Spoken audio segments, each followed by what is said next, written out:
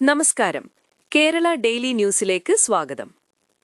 അതിവേഗ വാർത്തകളിലേക്ക് കടക്കുമ്പോൾ തദ്ദേശ ഫണ്ട് സഹകരണ സംഘങ്ങളിലേക്ക് മാറ്റുന്ന നിയമം പരിഗണനയിലെന്ന് മന്ത്രി വാസവൻ പറയുമ്പോൾ മെഡിസെപ് പ്രീമിയം വർധനവ് സർക്കാരിന്റെ പകൽ കൊള്ളയാണെന്ന് KPSTA വിമർശിച്ചു. തദ്ദേശ സ്ഥാപനങ്ങളിൽ പൊളിഞ്ഞു വീഴാറായ മൂലമറ്റം ഷോപ്പിംഗ് കോംപ്ലക്സിന് അറ്റകുറ്റപ്പണി ഉടൻ വേണമെന്ന റിപ്പോർട്ടും പുറത്തുവന്നു. വൻ ദുരന്തമൊഴിവാക്കി മലപ്പുറം ഗവി KSRTC ബസ് കത്തിനശിച്ചു. ഭാരതപ്പുഴയിൽ തീവയ്പ് തുടർക്കഥയാവുകയാണ്.